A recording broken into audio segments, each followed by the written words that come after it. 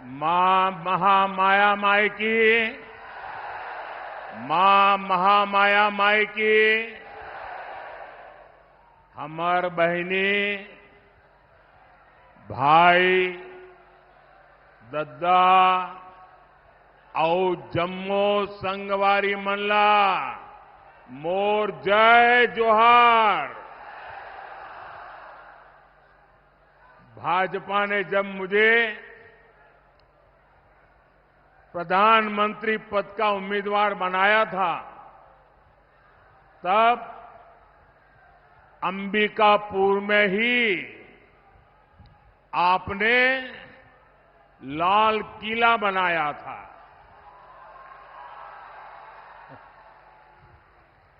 और जो कांग्रेस का इकोसिस्टम है, आए दिन मोदी पर हमला करने के लिए जगह ढूंढते रहते हैं। उस पूरी टोली ने उस समय मुझ पर बहुत हमला बोल दिया था कि ये लाल किला कैसे बनाया जा सकता है, अभी तो प्रधानमंत्री का चुनाव बाकी है और ये लाल किले का दृश्य बना करके वहां से सभा कर रहे, कैसा करते, यानी तूफान मचा दिया था। बात का बवंडर बना दिया था। लेकिन आपकी सोच से वही मोदी लाल किले पर पहुंचा और राष्ट्र के नाम संदेश दिया।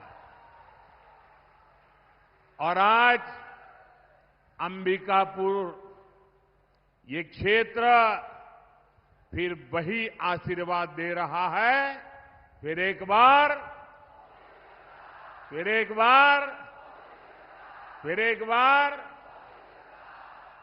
साथियों, कुछ महीने पहले मैंने आपसे छत्तीसगढ़ से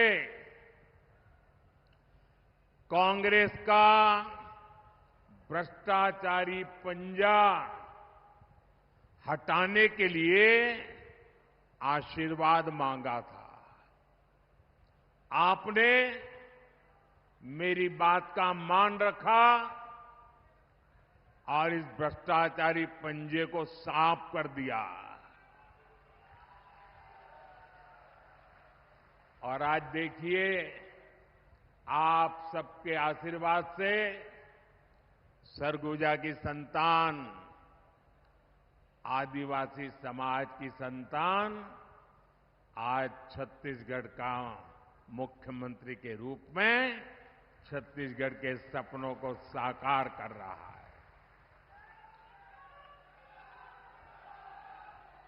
और मेरे अनन्य साथी भाई विष्णु जी विकास के लिए बहुत तेजी से काम कर रहे हैं।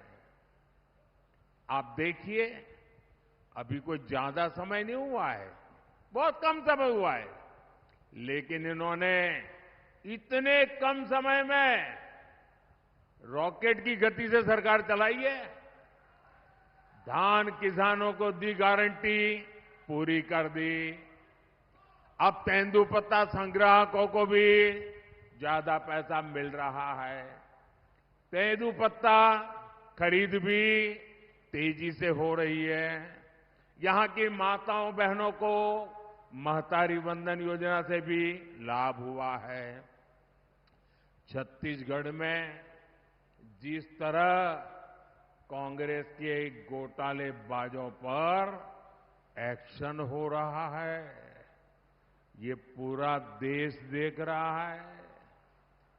साथियों, मैं आज आपसे विकसित भारत, विकसित छत्तीसगढ़ के लिए आशीर्वाद मांगने के लिए आया हूं।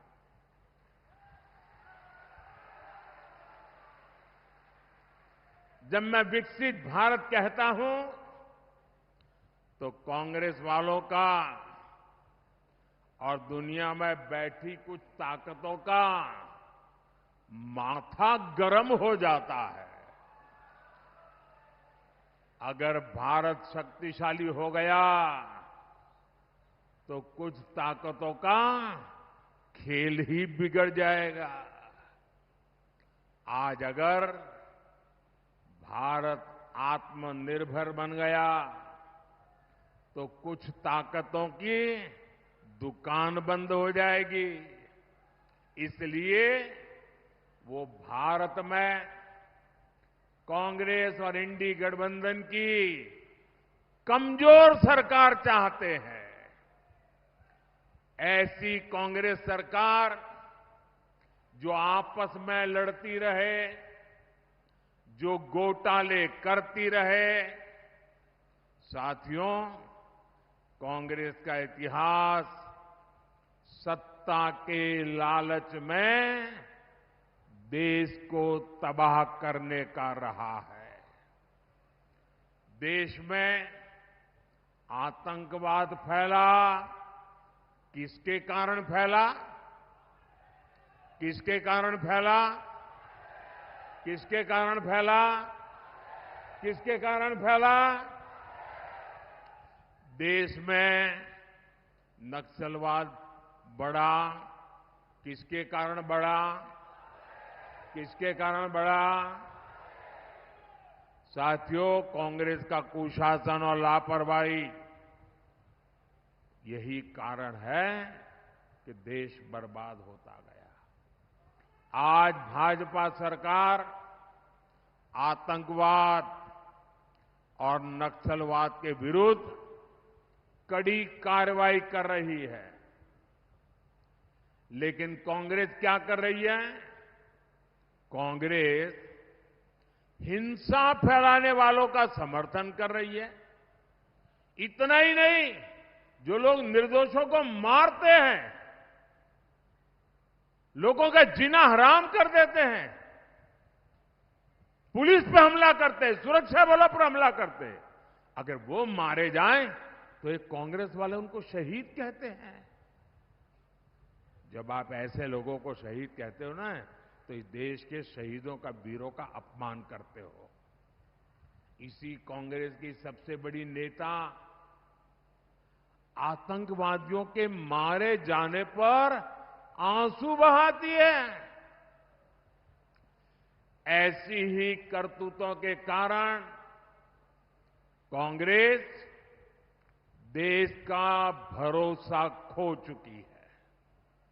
भाइयों और बहनों, आज जब मैं सरगुजा आया हूं तो कांग्रेस की मुस्लिम लीगी सोच को देश के सामने रखना चाहता हूं। और जब उनका मैनिफेस्टो आया, उसी दिन मैंने कह दिया था, आज नहीं कह रहा हूं, उसी दिन कहा था कि कांग्रेस का मैनिफेस्टो पर मुस्लिम लीग की छाप है।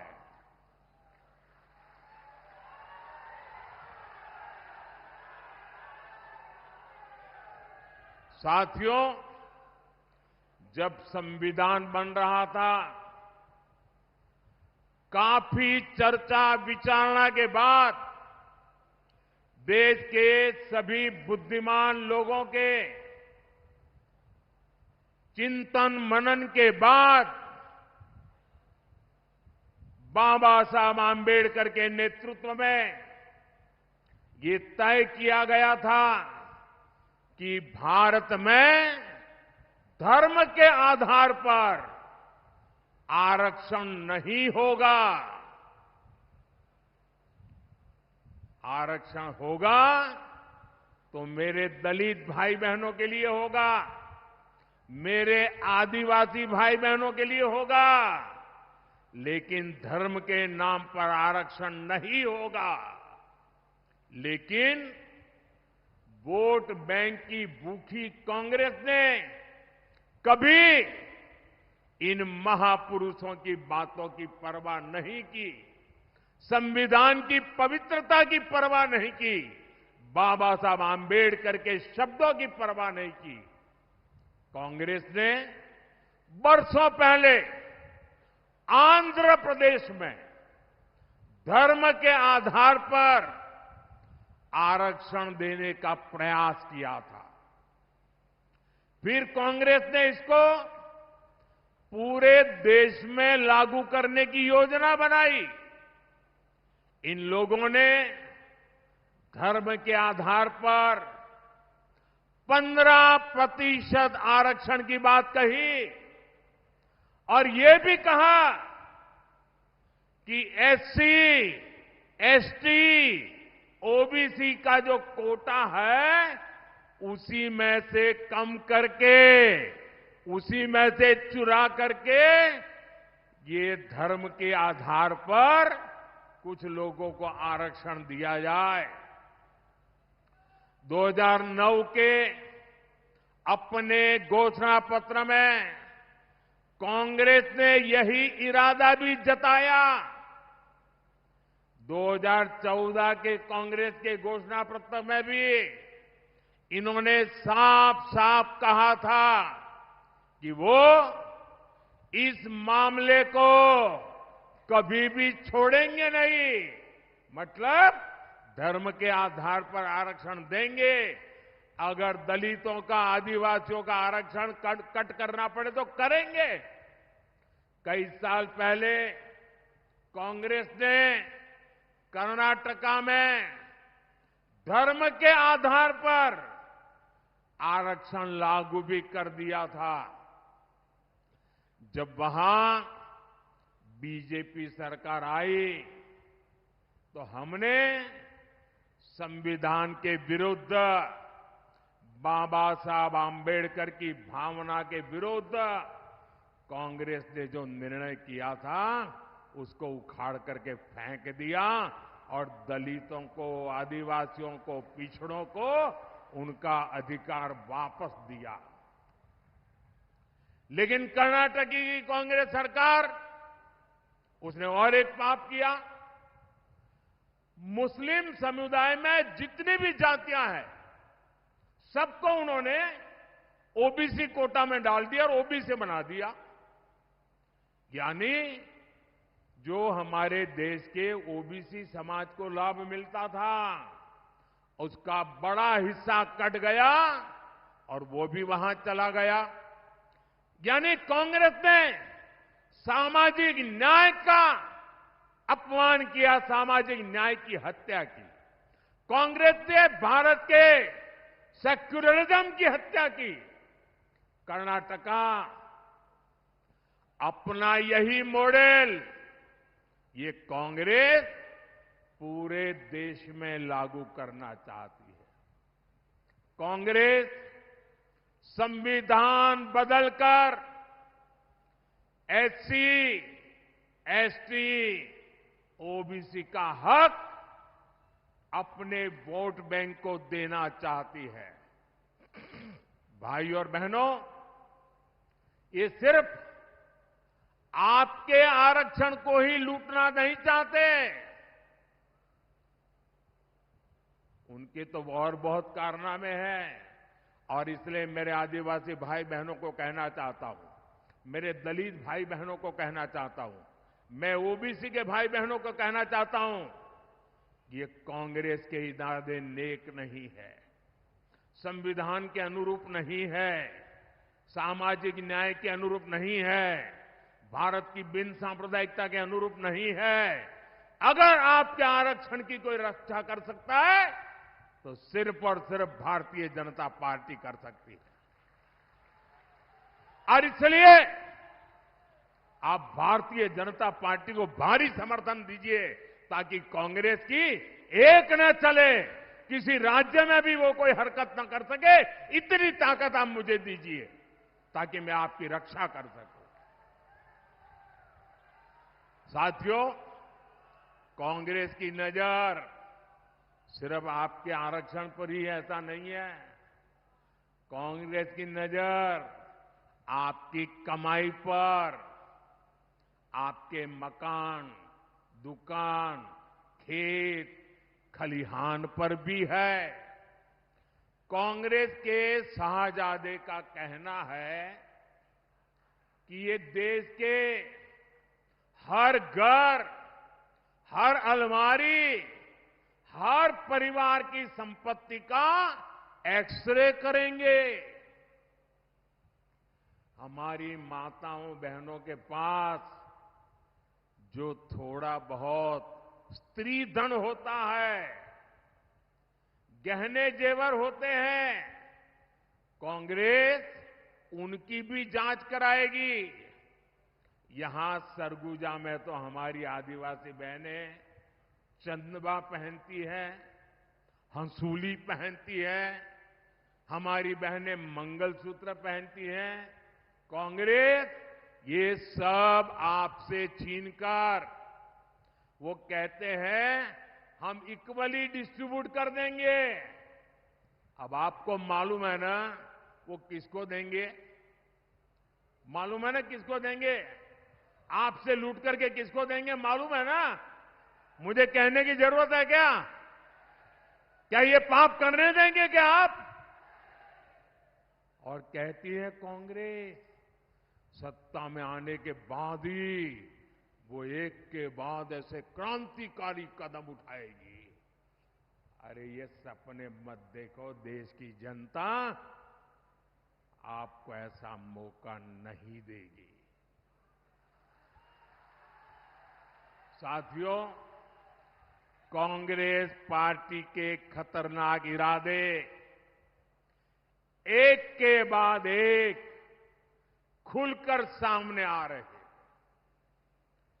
शाही परिवार के शाहजादे के सलाहकार, इस शाही परिवार के शाहजादे के पिताजी के भी सलाहकार, उन्होंने कुछ समय पहले कहा था, और ये परिवार उन्हीं की बात मानता है। उन्होंने कहा था कि हमारा देश का जो मिडिल क्लास है, मध्यम वर्गीय लोग हैं, जो मेहनत करके कमाते हैं, उन्होंने कहा उन पर ज्यादा टैक्स लगना चाहिए। ये इन्होंने पब्लिकली कहा है। अब ये लोग उससे भी एक कदम आगे चले गए हैं। अब कांग्रेस का कहना है कि वो इनहेरिटेंस टैक्स लगाएगी। माता पिता से मिलने वाली विरासत पर भी टैक्स लगाएगी। आप जो अपनी मेहनत से संपत्ति जुटाते हैं, वो आपके बच्चों को नहीं मिलेगी, बल्कि कांग्रेस सरकार का पंजा उसे भी आपसे छीन लेगा। यानी कांग्रेस का मंत्र है कांग्रेस की लूट। कांग्रेस का मंत्र है कांग्रेस की लूट, जिंदगी के साथ भी और जिंदगी के बाद भी।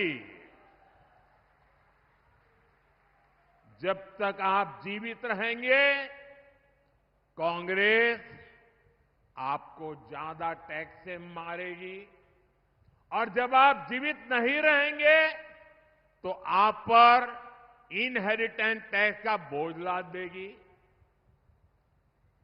जिन लोगों ने पूरी कांग्रेस पार्टी पैतृक संपत्ति मानकर अपने बच्चों को दे दी, वो लोग नहीं चाहते कि एक सामान्य भारतीय अपने बच्चों को अपनी संपत्ति दे। भाइयों बहनों, हमारा देश संस्कारों से, संस्कृति से उपभोक्तावादी देश नहीं है। हम संचय करने में विश्वास करते हैं, संवर्धन करने में विश्वास करते हैं, संरक्षित करने में विश्वास करते हैं। आज अगर हमारी प्रकृति बची है, पर्यावरण बचा है, तो हमारे इन संस्कारों के कारण बचा है।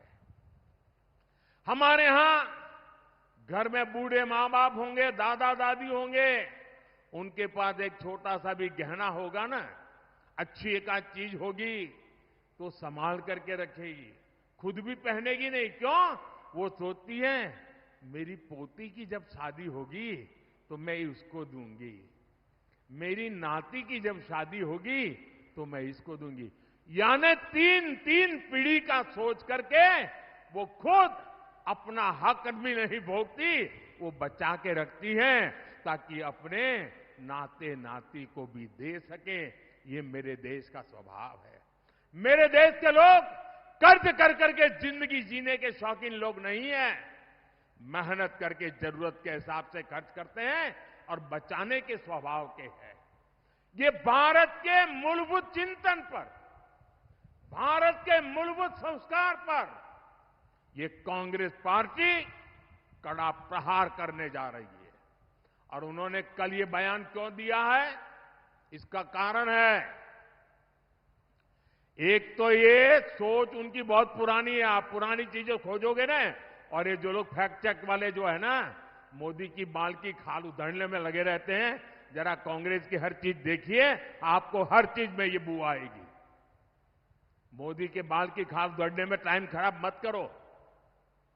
लेकिन मैं कहना चाहता हूं, ये कल तूफान इनके यहां क्यों मच गया, जब मैंने कहा कि अर्बन नक्सल, शहरी माओवादियों ने कांग्रेस पर कब्जा कर लिया है।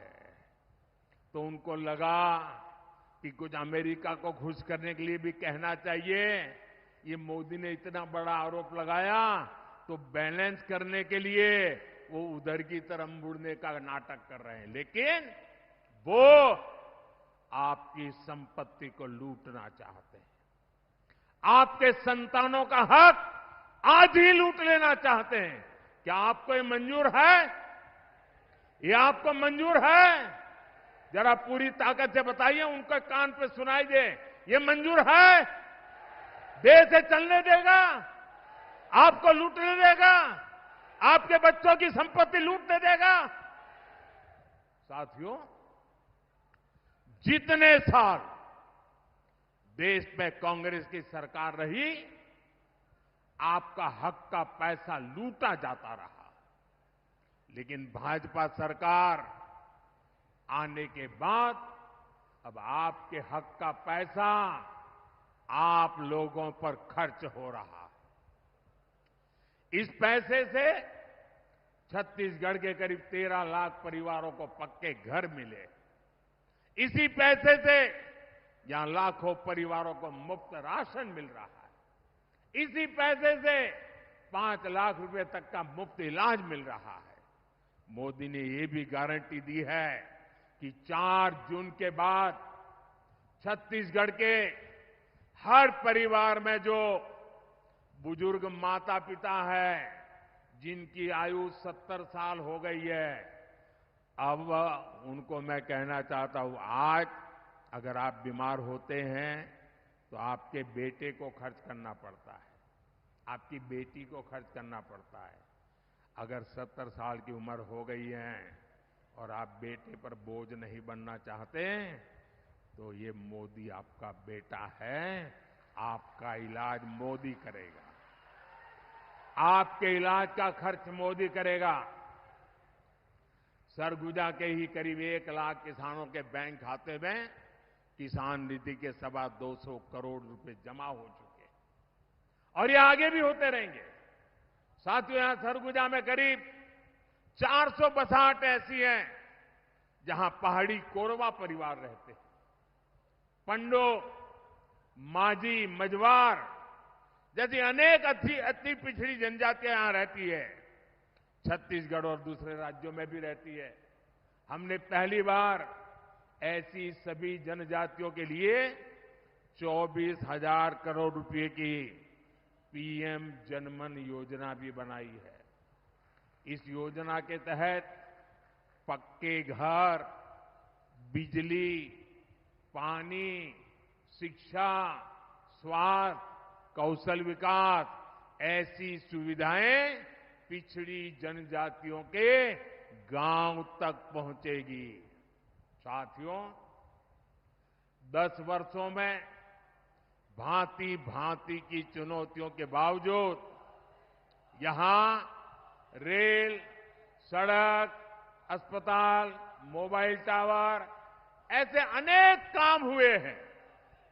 यहां एयरपोर्ट की बरसों पुरानी मांग पूरी की गई है। आपने देखा है, अंबिकापुर से दिल्ली के ट्रेन चली तो कितनी सुविधा हुई है। साथियों, 10 साल में गरीब कल्याण, आदिवासी कल्याण के लिए हमने इतना कुछ किया। लेकिन ये तो सिर्फ ट्रेलर है, ट्रेलर। आने वाले 5 साल में बहुत कुछ करना है। सरगुजा तो स्वर्ग जा, यानी स्वर्ग की बेटी है। यहां प्राकृतिक सौंदर्य भी है, कला संस्कृति भी है, बड़े मंदिर भी है। हमें इस क्षेत्र को बहुत आगे लेकर जाना है और इसलिए आपको हर बूथ पर कमल खिलाना है। साथियों, 24 के इस चुनाव में आपके सेवक नरेंद्र मोदी को आपका आशीर्वाद चाहिए। मैं आपसे आशीर्वाद मांगने आया हूं। आपको केवल एक सांसद ही नहीं चुनना, बल्कि देश का उज्जवल भविष्य चुनना है। अपने आने वाली पीढ़ियों का भविष्य चुनना है। इसलिए राष्ट्र निर्माण का ये मौका बिल्कुल न गंवाएं। गर्मी हो, शादी ब्याह का अवसर हो, खेत में कोई काम निकला हो, रिश्तेदार के यहां जाने की जरूरत पड़ गई हो, इन सब के बावजूद भी मतदान के दिन कुछ समय ये आपके सेवक मोदी के लिए निकालिए। भारत के लोकतंत्र के निकालिए, भारत के उज्जवल भविष्य के लिए निकालिए, आपके बच्चों की गारंटी के लिए निकालिए और मतदान अवश्य करें। अपने बूथ में सारे रिकॉर्ड तोड़ने वाला मतदान हो, इसके लिए मैं आपसे प्रार्थना करता हूं और मेरा आग्रह है, पहले मतदान फिर जलपान। हर बूथ में मतदान का उत्सव होना चाहिए, लोकतंत्र का उत्सव होना चाहिए। गाजे बाजे के साथ लोकतंत्र जिंदाबाद, लोकतंत्र जिंदाबाद करते करते मतदान करना चाहिए। और मैं आपको वादा करता हूं, भाइयों बहनों, मेरे लिए आपका एक एक वोट ये सिर्फ वोट नहीं है, मेरे लिए ईश्वर रूपी जनता जनार्दन का आशीर्वाद है। यह आशीर्वाद परमात्मा से कम नहीं है, यह आशीर्वाद ईश्वर से कम नहीं है। इसलिए भारतीय जनता पार्टी को दिया आपका एक एक वोट, कमल के फूल को दिया हुआ आपका एक एक वोट विकसित भारत बनाएगा और ये मोदी की गारंटी है। कमल के निशान पर आप बटन दबाएंगे, कमल के फूल पर आप वोट देंगे तो वो सीधा वोट मोदी के खाते में जाएगा, वो वोट सीधा मोदी को मिलेगा। भाइयों और बहनों, 7 मई को चिंतामणि महाराज जी को भारी मतों से जिताना है। मेरा एक और आग्रह है, आप घर घर जाइएगा और कहिएगा, मोदी जी ने जो हार कहा है, कहेंगे? मेरे साथ बोलिए, भारत माता की, भारत माता की, भारत माता की। बहुत बहुत धन्यवाद।